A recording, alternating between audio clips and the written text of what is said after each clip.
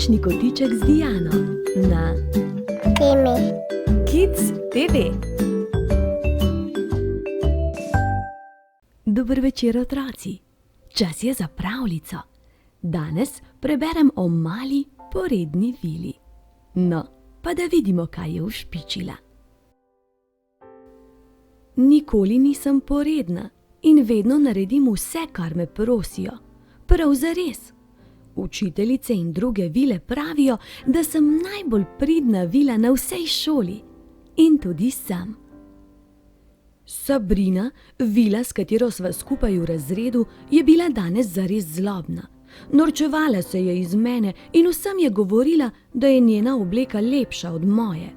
Le kako je lahko tako hudobna? Ni mi bilo lahko. In ko smo pri kosilu čakali v vrsti, bi najraje polila juho po njeni čudoviti obleki. Oh, kako sem si to želela! Vendar sem bila v šoli daleč najbolj vljudna vila, tako da kaj takega ne bi storila. Nenadoma pa se je ob meni pojavila drobna mala vila. Bila mi je na las podobna. Dvignila je mojo roko, v kateri sem držala skodelico z juho, in jo zalučala naravnost v Sabrino. O ne! Ogromen rdeč madež se je razširil po Sabrinini obleki. Kaj pa se tukaj dogaja? Je strogo vprašala kuhinjska vila. Nisem bila jaz, sem trdila in s pogledom iskala malo vilo, ki je nenadoma izginila. Vztrajno sem ponavljala, da nisem kriva, toda nihče mi ni verjel. Prvič v življenju sem bila kaznovana. Učiteljice so od mene zahtevale, da moram pomiti vso umazano posodo, ne da bi uporabila čarobno palico. Ko sem pomila in obrisala nekaj krožnikov in kozarcev, sem imela vsega dovolj. Če bi se posoda razletela na tisoče drobnih koščkov, mi tega ne bi bilo treba početi. Že naslednji hip se je ob meni pojavila mala vila. A še preden sem jo lahko ustavila, je poskrbela, da je ogromen kup krožnikov zgrmel po tleh. Tresk! O ne! Kdo si ti? Sem jo vprašala. Zakaj si to storila? Jaz sem tvoja mala porednica, je odgovorila mala vila. To sem naredila, ker si ti tako hotela. Moja mala porednica? To vendar ni mogoče. Jaz nikoli ničesar ne naredim narobe. Hitro moram nekaj ukreniti. Malo porednico sem zaprla v škatlo in upam, da nihče ne bo izvedel zanjo. Ko sem bila na varnem v svoji sobi, sem odprla škatlo in jo vprašala. Kaj si mislila s tem, da si ti moja mala porednica? Včasih bi rada storila kaj porednega, pa si ne upaš.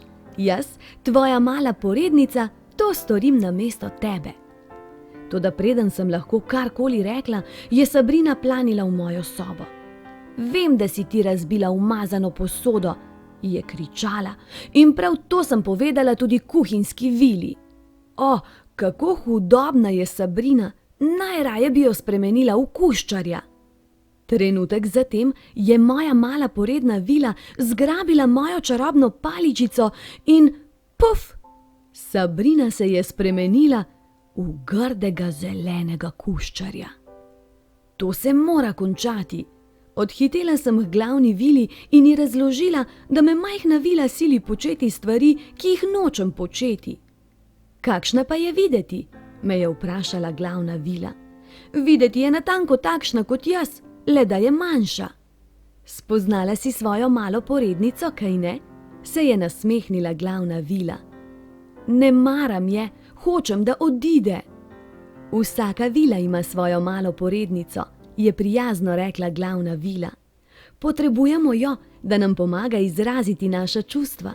Le previdne moramo biti, kako in kdaj jo prosimo za pomoč. Toda, ali imaš tudi ti svojo porednico? Seveda jo imam. Vsakdo jo ima, je rekla glavna vila. In v naslednjem trenutku sem jo zagledala poleg nje. Bili sta si na las podobni. Še vedno si prizadevam biti najbolj vljudna vila. Toda kadar je Sabrina zares tečna, jo spremenim v kuščarja, žabo ali v netopirja, a le za kratek čas. Nič ne morem za to, kajti tega je kriva moja mala, poredna vila. Pa smo prebrali hudomušno zgodbo o dobri vili, ki se prvič znajde pred težko odločitvijo. Razpeta je med tem, kar je prav, in tem, kar si želi.